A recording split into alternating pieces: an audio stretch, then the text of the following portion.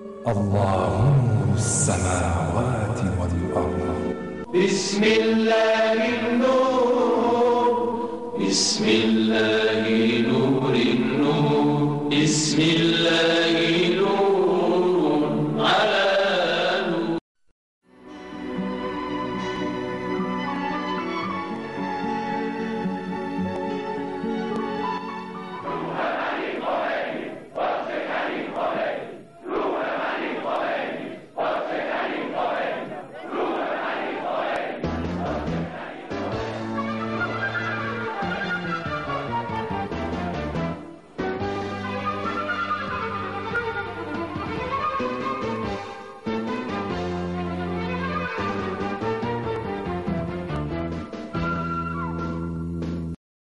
ما باید از همه طبقات ملت تشکر کنیم که این پیروزی تا اینجا به واسطه وحدت کلمه بوده است، وحدت کلمه مسلمین همه، وحدت کلمه اقلیت‌های مذهبی با مسلمین، وحدت دانشگاه و مدرسه علمی، وحدت طبقه روحانی و جناح سیاسی.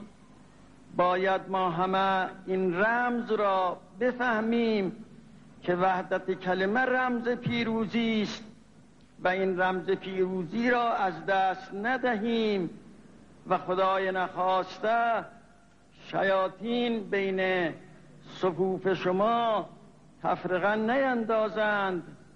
من از همه شما تشکر می کنم و از خدای تبارک و تعالی سلامت و عزت همه شما را طالب و از خدای تبارک و تعالی قطع دست اجانب و ایادی بسته به اونها را خواهان هستم. اہل ایران کے دلوں کو جذبہ ایمان سے منور کرنے والی یہ آواز امام خمینی کی آواز تھی، جو امامت کے نقش قدم پر چلتے ہوئے امت مسلمہ کی رہنمائی فرما رہے تھے، اس لیے کہ مظلوموں کے گلوں سے توک، پاؤں سے بیڑیاں اور ہاتھوں سے ہتکڑیاں اتار پھینکیں، انہیں ذلت اور رسوائی کے غاروں سے نجات دلائیں اور آمریت کے بتوں کو پاش پاش کر دیں۔ امام خمینی خمین میں پیدا ہوئے، جو تہران سے تقریباً 300 کلومیٹر جنوب میں واقع ہے۔ بچپن ہی سے تعلیم کی طرف ان کا رجحان زیادہ تھا۔ انہوں نے قم اور عراق کے مذہبی علوم کے مراکز میں ادب اور اسلامی علوم کا مطالعہ کیا اور اسلام کے معاشی قوانین پر اتھارٹی تسلیم کیے جانے لگے۔ عملی اور روایتی علوم کی تمام شاخوں پر عبور حاصل کرنے کے بعد 27 سال کی عمر میں انہوں نے فلسفی کی تعلیم دینا شروع کی۔ ان کی کتاب کے علاوہ اخلاقیات اور ذاتی مشاہدات پر مبنی ان کے لیکچرز کی بدولت بہت سے شاگرد ان کے گرد جمع ہوئے، جن میں سے کچھ بعد میں ایران کے اسلامی انقلاب کی تحریک کے روح رواں بنے۔ امام خمینی ہمیشہ ظلم اور بربریت کے خلاف رہے اور بآواز بلند اس کے خلاف مزاحمت کرتے رہے۔ ان کی اس مدافعت کی وجہ سے پہلوی حکومت نے 1963 میں انہیں جیل بھیج دیا، جس کے نتیجے میں تہران، قم اور بہت سے دوسرے شہروں میں لوگ سراپا احتجاج بن کر سڑکوں پر نکل آئے۔ ان لوگوں پر گولیاں چلائی گئیں اور بہت سے شہید ہوئے۔ اور یہی وہ موقع تھا جب اس تحریک کا آغاز ہوا جس کی بنیاد امام خمینی نے رکھی اور جس کے نتیجے میں شاہی حکومت کا خاتمہ ہوا۔ اس مضبوط تحریک اور لوگوں کے احتجاج سے خوفزدہ ہو کر شاہ ایران نے امام خمینی کی جلا وطنی کا حکم دیا۔ اس دوران شاہ کے ایجنٹوں نے امام کے فرزند مصطفیٰ خمینی کو، جو ایک بڑے اسکالر تھے، عراق میں پراسرار طریقے سے شہید کر دیا۔ بعد ازاں ایرانی اور عراقی حکومتوں کے گٹھ جوڑ نے امام خمینی کو عراق بھی چھوڑنے پر مجبور کر دیا، جہاں انہوں نے تحریر اور تقریر کے ذریعے لوگوں کو آگاہ کرنا شروع کیا۔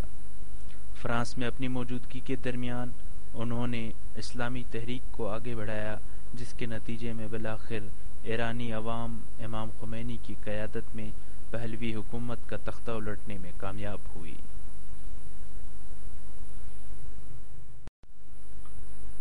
آخر وہ دن بھی آیا جب انہوں نے ایک نئی ہجرت کا آغاز کیا۔ ایران کی سرحد پار سے مکتب ابراہیم کے ایک سپوت کی آواز کی گونج سنائی دے رہی تھی، جس میں کلمہ توحید اور پیغام حسینی کی صدا تھی۔ ایک ایسی پکار جو دین محمدی کی بقا کی ضامن تھی، جس کا ایک ایک لفظ کلام خدا اور اطاعت رسول صلی اللہ علیہ وآلہ وسلم سے عبارت تھا۔ یہ آواز اہل ایران کے دلوں میں گھر کر گئی۔ ایران کے بچے، بوڑھے، جوان اس آواز پر لبیک کہتے ہوئے شہنشاہیت کے خلاف اٹھ کھڑے ہوئے اور برس ہا برس کے ظلم و ستم کے خلاف کلمہ حق بلند کیا۔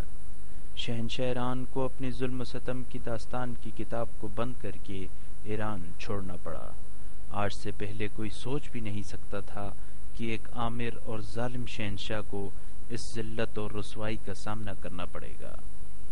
یہ اہل ایران ہی تھے جو امام خمینی کی آواز پر لبیک کہتے ہوئے ظلم و ستم کی دیواروں کو ڈھانے کے لیے کمر بستہ ہو گئے۔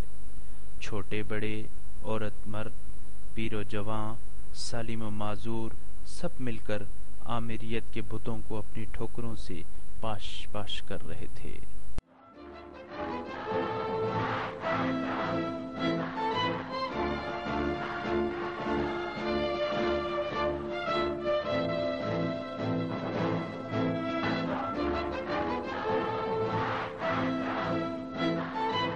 ایران کے گوشے گوشے میں مرگ بر شاہ کی صدائیں گونج رہی تھیں۔ وہ مرد و خواتین جنہوں نے کبھی امام کو دیکھا بھی نہ تھا، بالخصوص نوجوان نسل، جذبہ ایمانی سے سرشار ہو کر والہانہ انداز میں سڑکوں پر نکل آئے تھے اور نہایت دلیری اور جرت سے شاہی صفاقوں کا ڈر دل سے نکال کر ظلم و جور کے خلاف اٹھ کھڑے ہوئے تھے۔ آمریت کے خلاف بڑے بڑے جلوس نکالے گئے اور انقلاب اسلامی کے حصول کے لیے اپنے خون کے نذرانے پیش کیے گئے تاکہ تاریخ کے ہاتھوں ستائے ہوئے یہ مظلوم غاصبوں اور لٹیروں سے انتقام لے سکیں۔ افسوس کہ ظالم دشمنوں، غدار شاہ اور اس کے حواریوں نے اپنے مکروہ عمل سے شہر شہر اور گاؤں گاؤں خون کی ہولی کھیلی اور نہتے اور مظلوم عوام کو گولیوں کا نشانہ بنایا گیا۔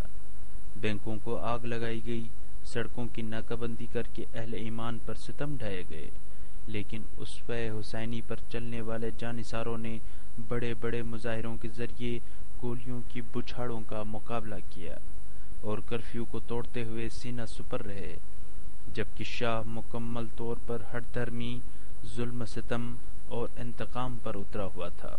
لیکن ظاہری طور پر طاقتور دکھائی دینے والی یہ حکومت امام خمینی کے حکم پر بہت جلد شکست کھا گئی۔ اس دور میں مجاہد علماء جو علم کے ساتھ ساتھ عمل بھی رکھتے تھے کا کردار ناقابل فراموش تھا۔ اسی دور میں مرگ بر شاہ کا نعرہ قوم کا سب سے بڑا اور مؤثر ہتھیار تھا۔ اس نعرے میں شاہ کا تختہ الٹنے کے ساتھ ساتھ بیرونی مداخلت ختم کرنے کا مطالبہ بھی شامل تھا۔ شیطان رخصت ہو رہا تھا، فرشتہ آنے کو تھا۔